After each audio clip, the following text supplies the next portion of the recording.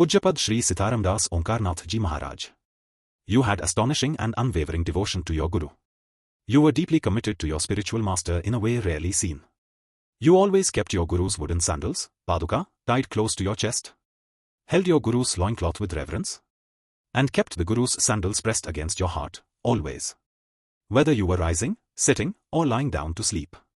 At every moment, you kept the Padukas bound tightly to your chest, as if your life itself flowed from that connection. Such was your boundless devotion to your Guru. And indeed, you were a great saint of the highest order. In this discourse, questions are being asked of him, and he is answering with profound insight. Please listen with full attention. These questions all relate to the glory of the Guru. Question. Maharaj Ji, it is said that if a person understands just the greatness of the Guru, then they attain all knowledge, that nothing remains to be known in this world. Is this true? If so, kindly explain to me the essence of Guru Tattva, the principle of the Guru. Maharaj Ji. My child, your question has filled my heart with joy. Yes, it is absolutely true. A person who truly knows the greatness of the Guru becomes completely fulfilled. There is nothing left to know or achieve in this world. Among all spiritual truths, the Guru is the essence of them all. He is the very embodiment of divine reality. The one who gets to choose a true spiritual master is extremely fortunate. Because such a choice can only happen when great merits from many past lives come together. And when someone has an even purer heart. When they are filled with sacred longing and divine merit. They become completely absorbed in their Guru. So much so that they feel, I cannot live without my Guru. This is declared in the Upanishads. The Upanishads say, the syllable Gu means darkness. And the syllable Ru means one who removes or dispels that darkness. So the word Guru means one who removes the darkness of ignorance and brings the light of knowledge. The one who illumines our lives with the light of spiritual truth is the Guru. The Guru is verily the supreme Brahman. He is the highest destination. He is the embodiment of the supreme knowledge. He is the ultimate shelter. When a disciple truly comes to know what the Guru is, when he realizes the supreme glory of his Guru, he understands that the Guru is the greatest treasure in existence. Because though the Guru teaches Brahman, he himself is the living embodiment of Brahman. And the moment someone chooses such a Guru from the depths of their heart, he becomes free from the cycle of birth and death. All sins accumulated through countless births are instantly destroyed when one surrenders and accepts the Guru in their heart. The one who knows this truth, who truly understands the glory of the Guru, attains all goals of life. Righteousness, Dharma, wealth, Artha, desire, Kama, and liberation, Moksha. One who sincerely worships the feet of the Guru finds every wish fulfilled, every desire accomplished. They gain righteousness, they gain prosperity.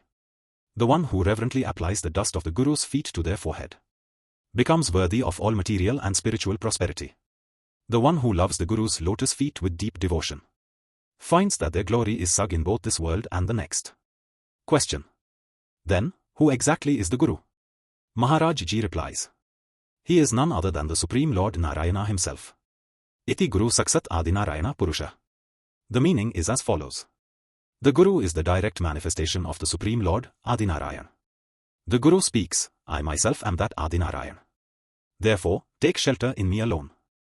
Develop unwavering devotion to me. Worship only me, and you will surely attain me. Nothing exists apart from me. I alone am the all-pervading reality, beyond form, beyond speech, I am the Supreme Brahman. Not even an atom exists apart from me. It was by receiving this supreme teaching from Lord Mahavishnu that even Brahma, the Creator, attained the bliss of liberation. So who is the Guru? The Upanishads say, I bow to the lotus feet of the Guru, who is an ocean of mercy, and though in human form, is truly Lord Hari himself. It is none other than Lord Hari, Vishnu, who, out of his mercy, appears before us in the form of the Guru. When he does, our inner impurities, Maya, are destroyed. And pure spiritual wisdom is awakened within. Thus, the only true refuge in this world is the Guru. Be firm in your devotion to the Guru. Worship the Guru with unwavering faith, and you will attain him. The Ishtadevta, chosen deity, is the Guru. And the Guru is your Ishtadevta. There is no separation between them. If you take shelter in anything other than your Guru, you will face obstruction. The Guru is the supreme bliss himself. The non-dual absolute. The one who is perfect and complete in all respects. He is beyond form, beyond the grasp of the senses. And he is the supreme Brahman. There is not even an atom's difference between the Guru and the deity you worship. By receiving the supreme teaching from Lord Mahavishnu, even Brahma, the creator, attained the highest bliss. And that same Mahavishnu, that same Lord Hari, is our Guru in human form. Question. Then Maharaj Ji, if what you are saying is true, that only Lord Hari himself appears as the Guru, then why does scripture say Guru is Brahma, Guru is Vishnu, Guru is Maheshwar, Shiva? Maharaj Ji replied, listen, my child. Listen carefully. In the Yamla Tantra, Lord Shiva himself tells Parvati, there is only one Guru, and that is Shiva himself. This is my firm declaration, O Devi. O Queen of the Gods, the essence of the Guru is divine. And Shiva himself is referred to as Guru. Therefore, O Devi, there is no difference between the Guru, the mantra, and the deity, meaning Ishtadevta. So understand this truth. The Guru, the mantra given by the Guru, and your worshipped deity are one and the same. There is no division between them. The Guru is the mantra. The mantra is the deity. The deity is the Guru. Now just think. If this truth is truly realized, then you will always feel that you are dwelling in the presence of your Guru, because you are chanting the mantra he gave you. As you repeat that mantra with surrender, you are in constant remembrance of him. And the very mantra of surrender is none other than the Guru. So in the 1,000-petaled lotus of the heart, the Guru appears in the form of the Ishtadevta, the beloved deity. The devotee visualizes Lord Narayana or Gaur Shyam, Radha Krishna, as residing in the innermost sanctuary of the heart. When the spiritual seeker meditates more deeply, he begins to see the Guru seated between the eyebrows, at the Agya Chakra, giving darshan in subtle form. That is why some say, my Guru sits constantly before me, right here on this seat. In the Agya Chakra, the Guru resides. In the Heart Chakra, the Ishtadevta resides. Thus, Lord Hari, Lord Shiva, Divine Mother, all appear in the form of the Guru. And not just that. Gurur Brahma, Gurur Vishnu, Gurur Devo Maheshwar. Guru Tirtham, Gurur Yagya, Gurur Danam, Gurur Tapeh. Gurur Agnir, Gurur Surya, Sarvam Guru Mayam Jagat. The Guru is Brahma, Creator. The Guru is Vishnu, Preserver. The Guru is Maheshwar, Shiva, Destroyer. The Guru is the essence of all holy places, Tirths. The Guru is the Yagya, sacrifice. The Guru is the charity, Dan. The Guru is the penance, Tapasya. The Guru is fire. The Guru is the sun. The entire universe is pervaded by the Guru's presence, everything is Guru. But Maharaj Ji pauses and reflects. However, I must admit, I have never fully understood this statement before. He confesses his inner doubt. How can one single person, the Guru, simultaneously be Brahma, Vishnu, and Mahesh? How can the Guru be the sacrificial fire, the sun, penance, holy pilgrimage, offerings, and everything else? I could maybe understand if these were happening at different times, in different forms. But how can one Guru be all of them at once? Ah, my child. You haven't yet understood the principle behind this. This is a matter of spiritual philosophy, the subtle truth of Siddhant. So let me explain. First, understand this. In the beginning, there was nothing except Par-Brahman, the Supreme Being. This is the fundamental truth declared in all the Vedas and Upanishads.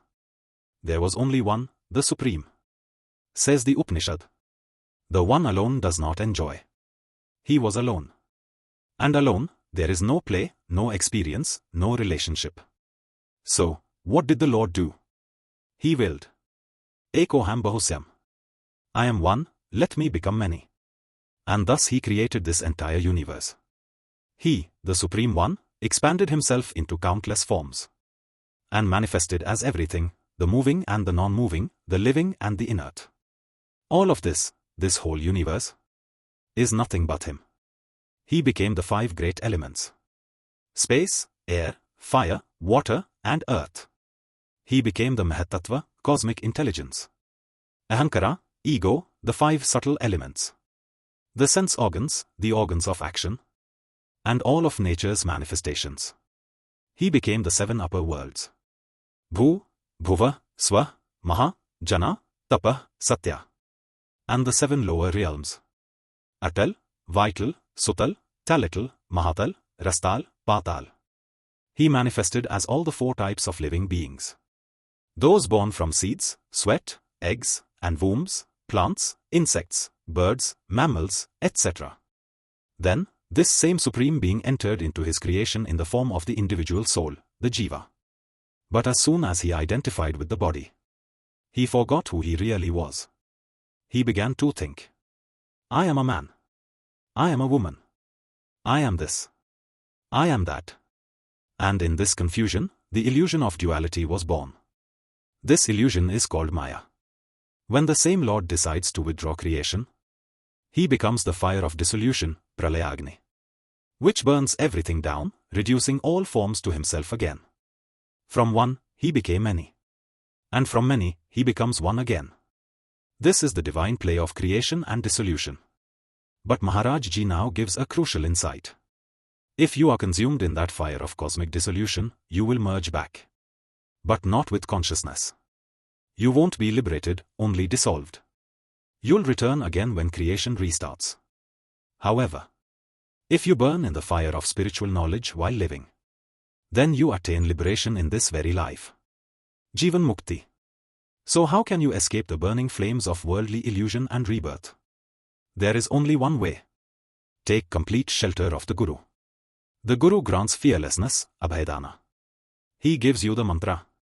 And the mantra itself is the gift of liberation. Maharaj Ji then makes a powerful statement. You are wandering around, crying out, please show me mercy. Please save me. I am helpless. But the Mahamantra, the great mantra of liberation, is already within your own heart. Given to you by your Guru.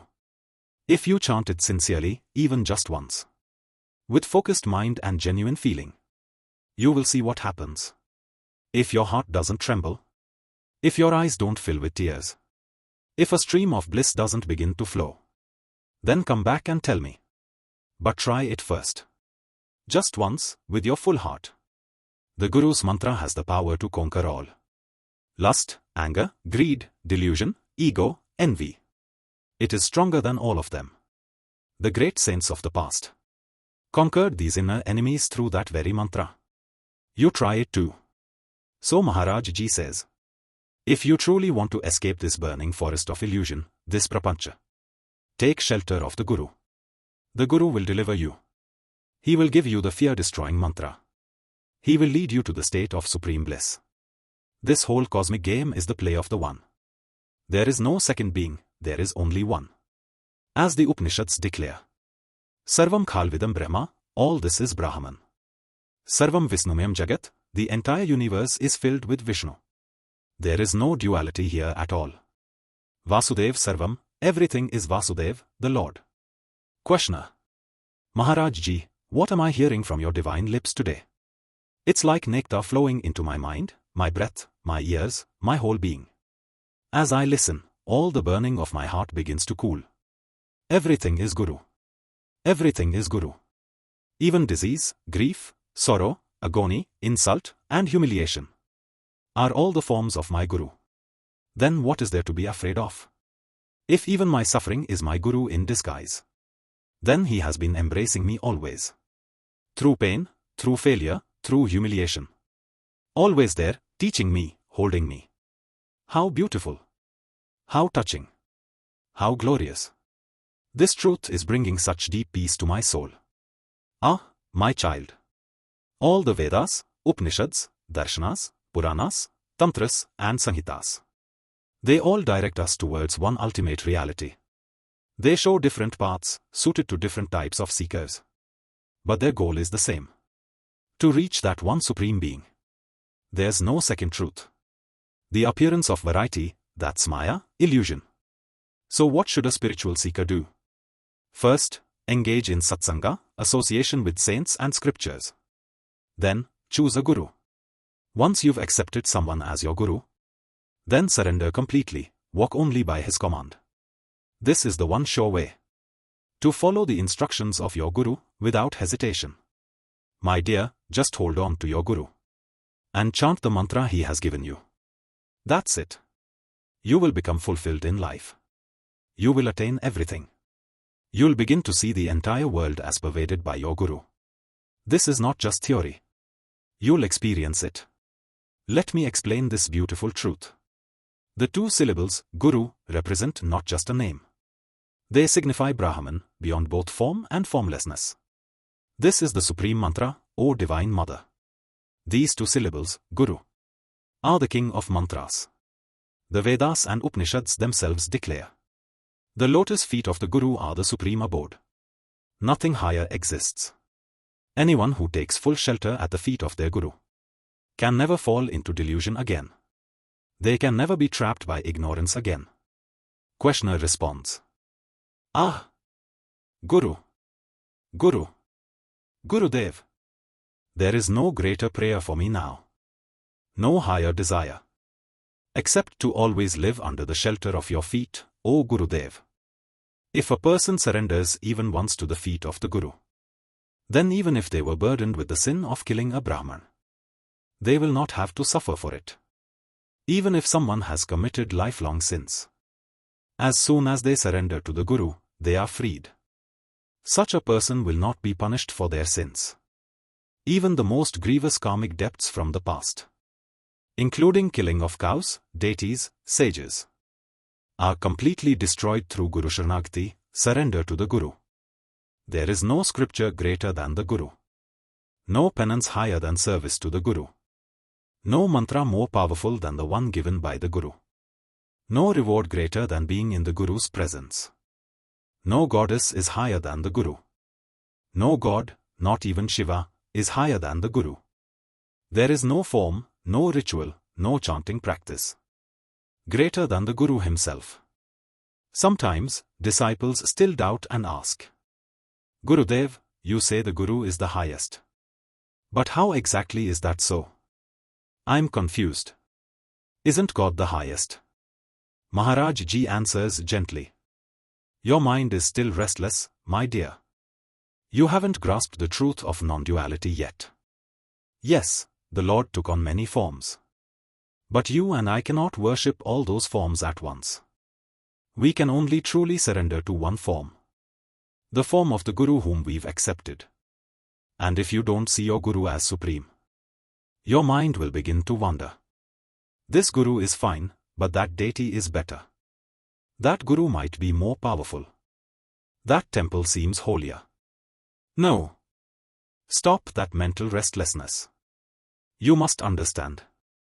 Even if God himself stands before you on one side, and your Guru stands on the other, go first and fall at your Guru's feet. So now listen, dear one. Here are 3 essential practices for any true disciple. Inwardly, keep chanting the mantra given by your Guru. This means, even in silence, even while walking, eating, or breathing, let the mantra run like your heartbeat. Outwardly, take shelter in your Ishtadevta, your chosen form of the Lord. That is the visible aspect of your devotion. And most importantly, engage in Guru Seva, lovingly serve your Guru, directly or through his mission. These 3, Mantrajapa, Guru Seva, and Ishtadevta worship, are the foundation of the disciple's spiritual life. As the disciple listens again and again to the glories of the Guru, his heart should never become satisfied or tired. He should never think, I've heard enough. His devotion should deepen endlessly. Such deepening is called Pragadha Bhakti, unwavering, intense love for the Guru's feet. Now hear another truth. To receive and retain any divine principle, Tattva, you must first become qualified through tapasya, spiritual discipline and sacrifice. Without tapasya, no one can truly absorb Guru Bhakti. Without austerity, the mind never becomes steady. And when the mind is unstable, real devotion can never grow. A restless mind is the biggest obstacle on the spiritual path. And such restlessness only goes by tapasya. Maharaj Ji gives an example. It's like the elephant who bathes in the river, but then comes out and throws dust on himself again. Without inner transformation, external effort gets undone quickly. Quoting the Upanishads, he says, through tapasya, one gains purity, sattva. From purity comes a steady and focused mind. With that steady mind, one can realize the self. And once the self is realized, one transcends all illusion. Question: Maharaj ji, what exactly do you mean by tapasya? What kind of discipline? Maharaj ji answers. In the Bhagavad Gita, Lord Krishna describes 3 kinds of tapasya. Of the body, speech, and mind.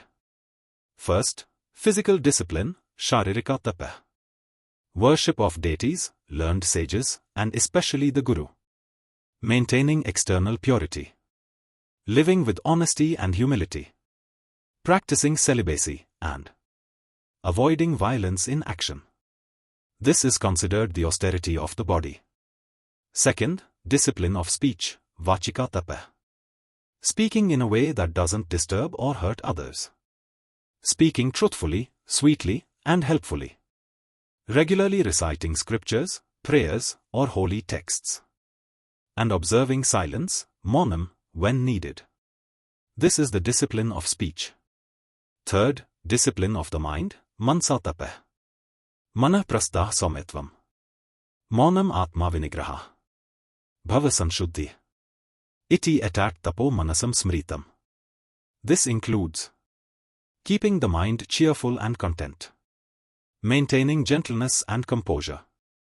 Staying mentally silent. Practicing self-control, and having purity of intention and sincerity in feelings. This is considered mental tapasya. Whenever a negative thought arises, cut it off instantly. With the remembrance of Radha, Radha, Radha, or your mantra.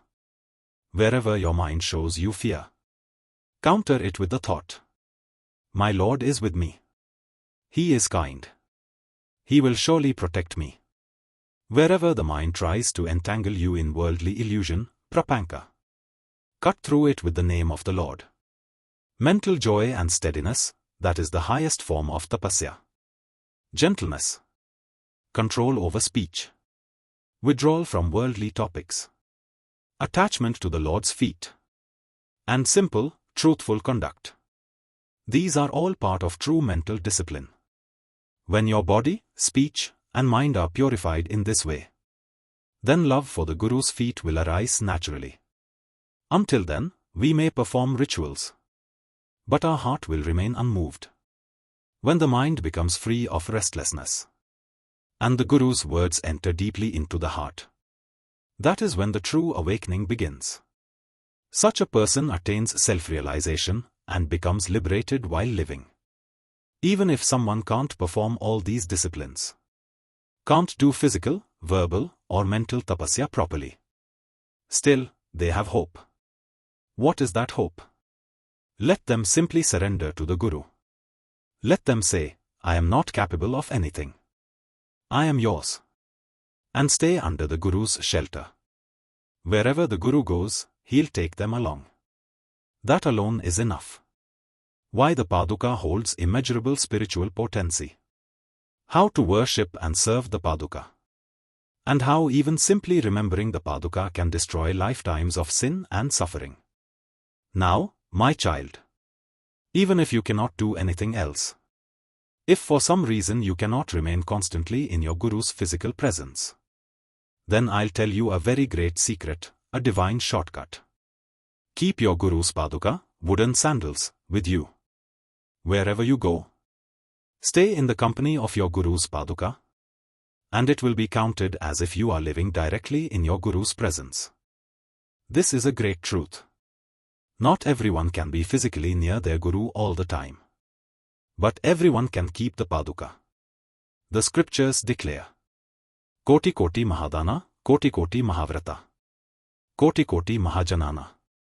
All these cannot equal even a moment of Paduka Smarana, remembrance of the Guru's sandals. The Guru's Paduka is more powerful than millions of acts of charity, millions of great austerities, millions of scriptural recitations, even millions of mantrajpa. Why? Because the Guru's Paduka is divine energy in physical form. It protects from terrible diseases, violent disturbances, heavy karmic faults, deep fears, spiritual downfall, great sins, Maharoga, Mahautpat, Mahadosha, Mahabhaya, Mahapataka. Even these are destroyed simply by remembering the Guru's Paduka. Maharaj Ji recalls, "My own father, a simple, devout Brahman, kept his Guru's Paduka with him at all times.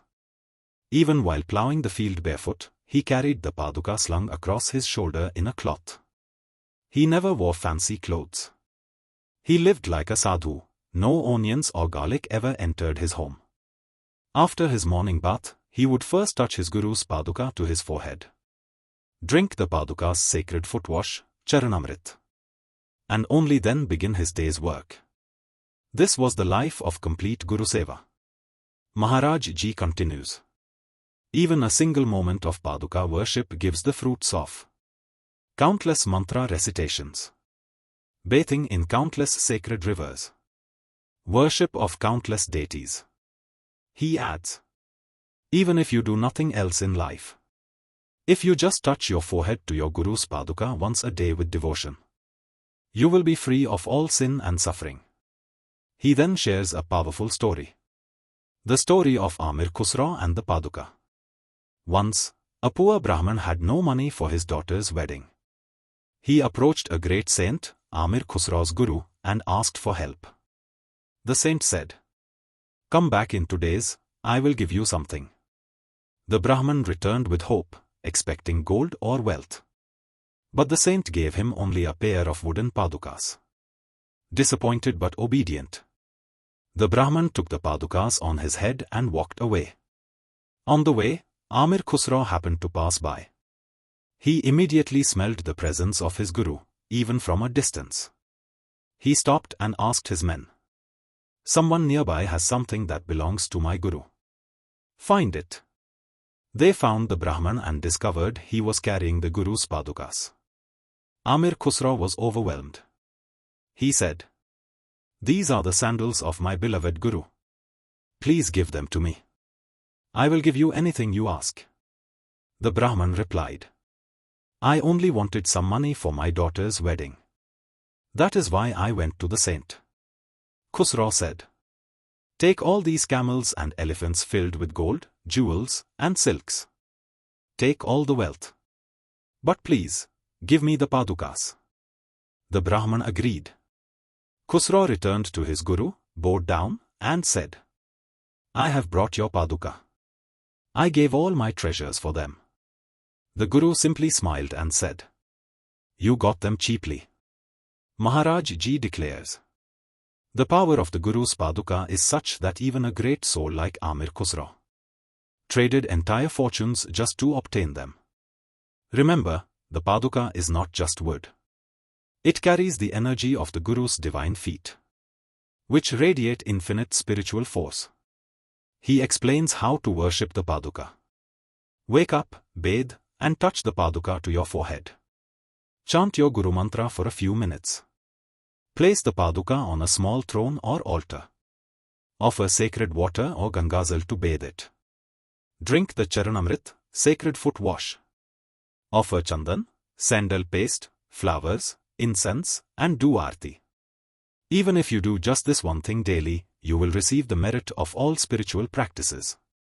He concludes this section saying, "The Paduka protects you in the worst situations, darkest karmic entanglements, even in evil company and wrong habits, in danger, temptation, grief, delusion. The Paduka will save you." Maharaj Ji continues, "My dear child, you may wonder, how should we worship the Guru's Paduka? Let me tell you the true method, the one taught by saints. The secret of the head and the Paduka. First, take the Paduka and place it gently on the top of your head, right at the Brahmarandra, the center of the 1,000-petaled lotus. This spot is known in yogic texts as the Sahasrara Chakra, the gateway through which the soul merges into the Absolute. Place the Guru's Paduka right there. Close your eyes. Visualize your Guru. Chant the mantra he gave you. Feel the vibration flowing down your spine and into your heart. Why is this so powerful? Because when you place the Guru's Paduka at the Brahmarandra, it activates the subtle spiritual current in the Kundalini system. What yogis try to awaken through years of intense practice can be stirred simply through the touch of the Guru's Paduka. That divine energy and radiance which constantly flows from the Guru's feet becomes infused into the Paduka. And when the Paduka touches your head, that spiritual charge enters your system directly. Even more, each particle of dust from the Guru's feet contains infinite Shakti, power. It is capable of lifting the soul out of bondage and carrying it to liberation, moksha. So never underestimate the power of simply bowing to the Guru's Paduka. If time permits, Maharaj Ji says, place the Paduka on a plate. Bathe it with clean or sacred water. Drink the Charanamrit with reverence. Dry it gently with a clean cloth. Apply sandalwood paste and fragrance, ITR. Offer incense, do aarti, and sing with love. Even if you cannot do a full puja, just chant your Guru mantra while holding the Paduka. That alone is enough. Disciple humbly asks, Gurudev, my mind is impure. My understanding is shallow. Can I really do this? Is this even for someone like me? Maharaj Ji smiles and says, Ah, my child, this is very easy. I am not asking you to engage your intellect. I am asking you to engage your heart. Just place your Guru's Paduka on your head. Chant the mantra with feeling. And meditate on his divine presence. That's all. Do you know the power of this? He who worships the Guru's Paduka, even once a day, in all 3 times, morning, noon, evening, receives the merit of millions of mantras, the benefit of bathing in all holy rivers, and the result of worshipping all the gods. Maharaj Ji says, let me now tell you the core truth. Even if you can't do complex sadhana, even if you can't sit for hours in meditation, even if you are busy, limited, or weak, just do this one thing. Morning, noon, and evening, place your Guru's Paduka on your head. Meditate on your Guru while doing this. Chant his mantra softly. That alone will bring you to God realization. This is the same truth taught by Prabodhananda Saraswati, a great saint of Vrindavan. He said, even if you cannot remain in Vrindavan all the time, but if you can mentally reside there, then you'll attain the fruit of actual residence. So too, if you cannot always remain in your Guru's physical presence, then just remain in his Paduka's presence. That alone is perfect. Even once, if someone lovingly places the Guru's Paduka on their head, then no force in this universe can block their destiny. Their path becomes illuminated. Their liberation becomes inevitable. Whether pure or impure, whether qualified or unqualified, the one who keeps the Guru's Paduka with them attains Dharma, wealth, pleasure, and liberation, automatically. The one who takes refuge in the Guru's Paduka, he becomes free from illusion. He attains liberation in this very life. He doesn't need to wait for another birth. He will receive the fruit of all penances, all austerities, all pilgrimages. Just as great sages reached perfection by lifelong chanting of the Lord's name, similarly, the one who serves the Guru's Paduka with love and sincerity achieves everything. You may say, I can't do japa regularly, I forget puja, I don't know all the rituals. Still, if you just bow to the Paduka with love, you will not remain bound. There is nothing greater than the Guru's Paduka. Nothing more sacred. Nothing more powerful. Even devtas, gods, worship the Guru's feet. Even scriptures bow to the Guru's Paduka. What can I say more than this? I only pray that, O disciple, O seeker, never forget your Guru's Paduka. If you simply bow to the Paduka 3 times a day, morning, noon, and evening, and chant Guru mantra while remembering Shri Guru, that will be more than enough. That alone will bring you to your goal.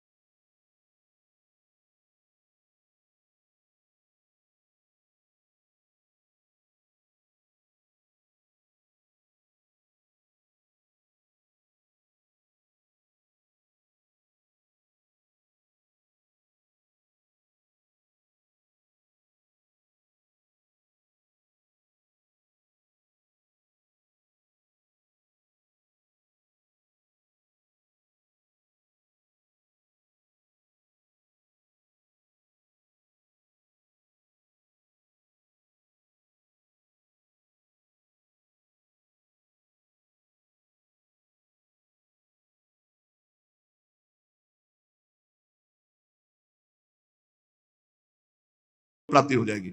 ऐसे साधना में कुछ नहीं कर सकते हो तो 3 बार तो गुरु की पादुका मस्तक पर रखकर प्रातः मध्याह्न सायं गुरु का ध्यान करते हुए गुरु मंत्र जप लो, इसी से भगवत प्राप्ति हो जाएगी।